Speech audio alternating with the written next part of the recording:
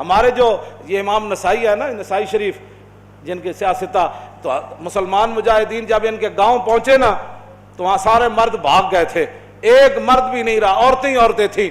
جب مسلمان مجاہدین کو پتہ چلا کہ یہاں تو عورتیں ہی عورتیں ہیں، تو انہوں نے یہ نہیں کہا یہ تو غیروں کی عورتیں ہیں، لوٹ مار کرو، قتل و غارت کرو۔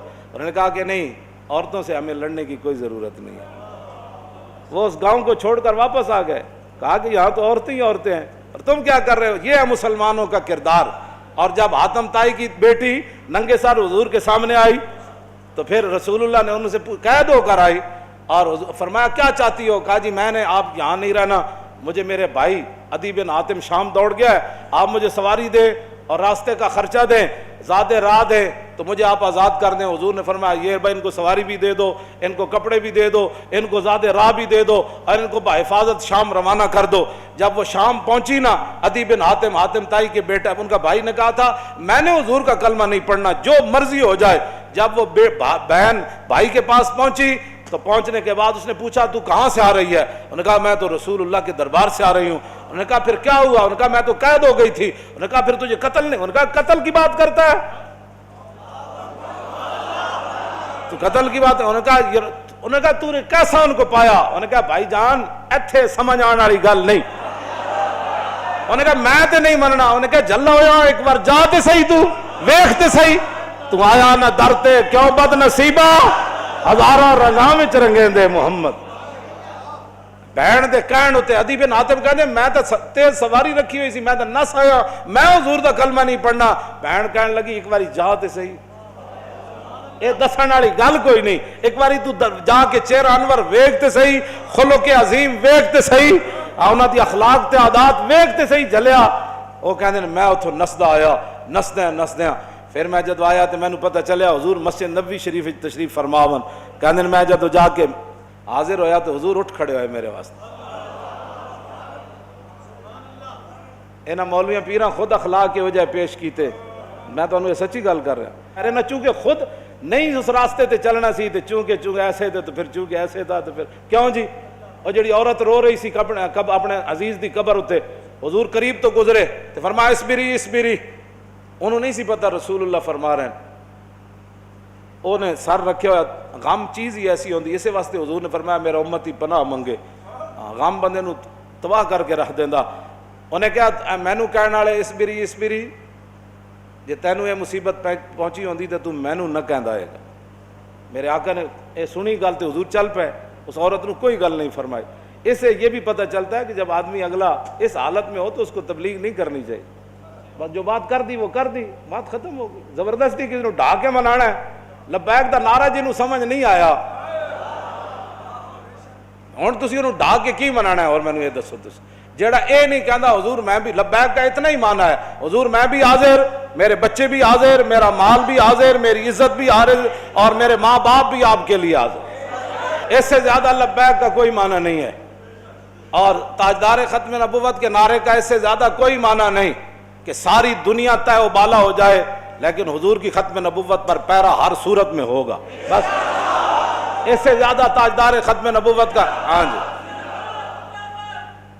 اس سے زیادہ لوگ ان کو سیاسی نعرہ بنائے پھرتے ہیں، پیڑا اور تے پھکیاں اور امت اس نعرے پر کھڑی ہو گئی اور وہ نیچے اختلافات تھے امت ان کو بلا گئی، انہوں نے کہا بس بھائی لبیک۔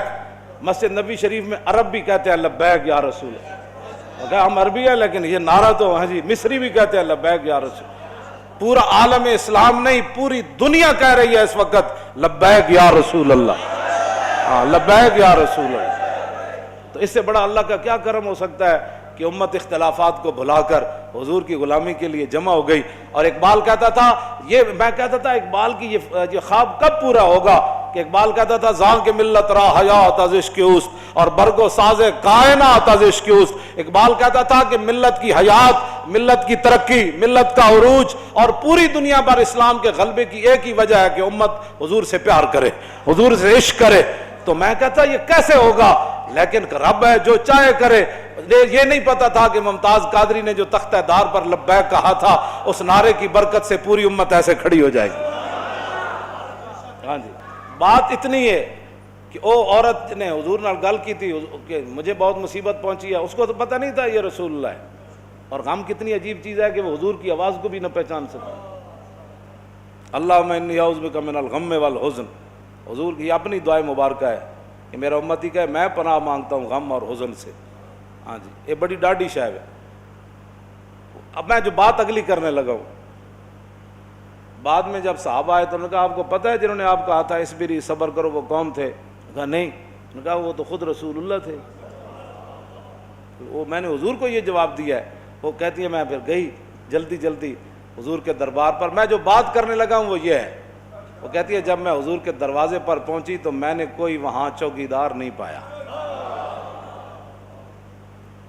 50 گارڈ اگے تے 50 پیچھے، اس حضرت صاحب نہ سلام کون لوے گا؟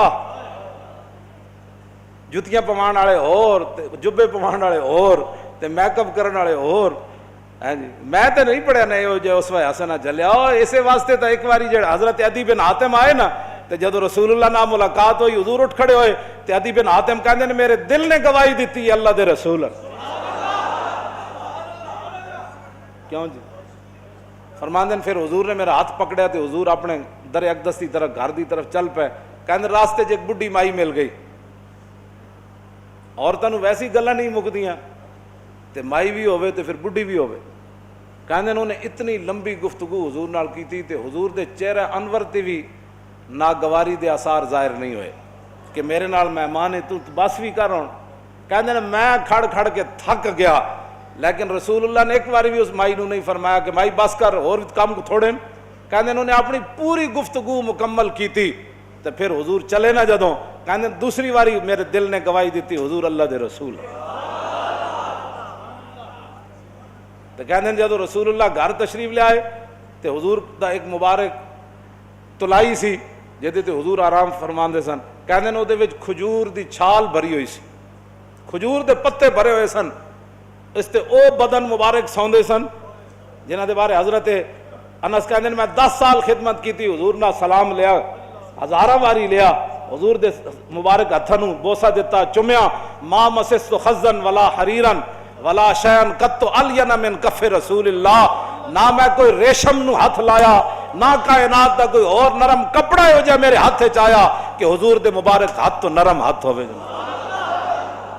کیوں جی؟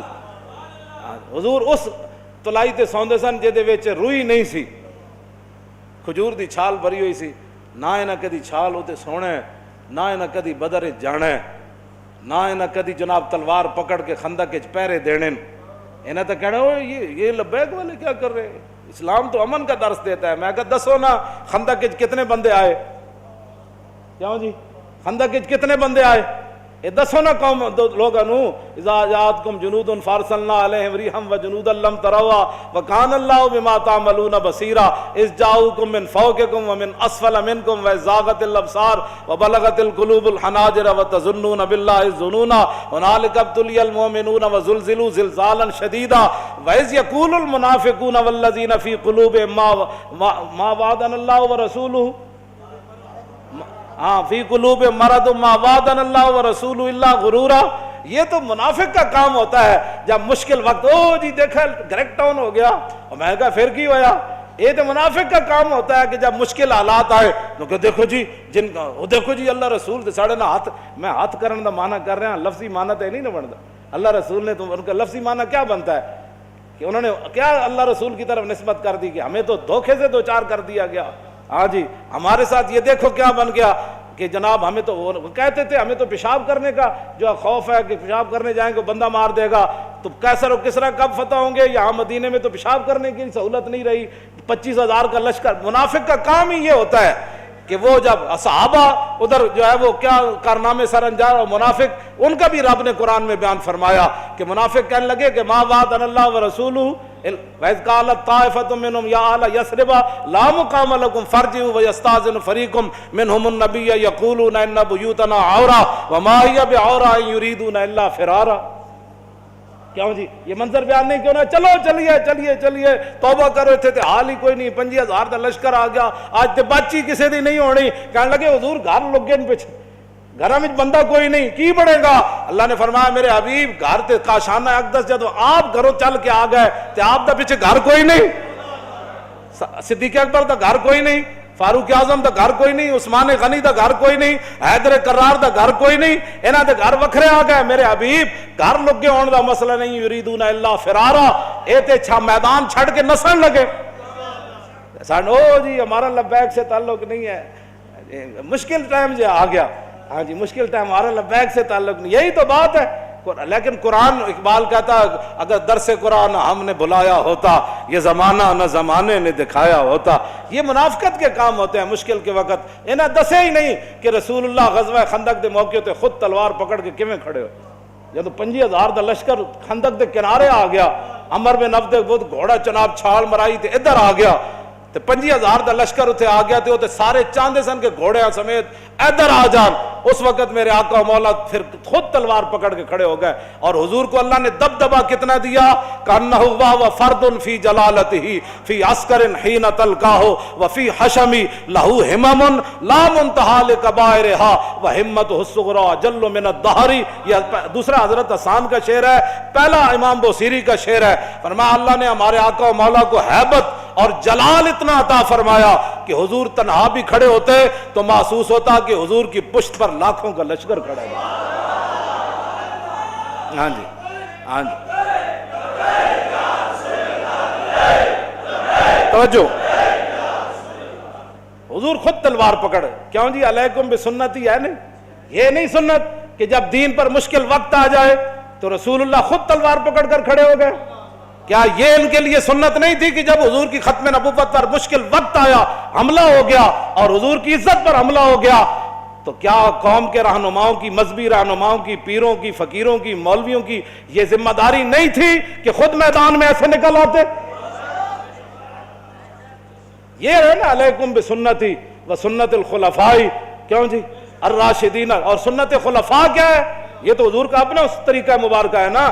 سنت خلفاء کیا ہے کہ جب جنگ یمامہ میں مسلمہ آیا تو افضل الخلق بعد الرسل, آپ نے فرمایا بدری ہوئے یا غیر بدری ہوئے, بڑھا ہوئے یا جوان ہوئے, اکھاڑا صحابی ہوئے یا نابینا ہوئے, ہاتھ سلامت ہومن یا کٹے ہومن, سارے یمامہ پہنچو.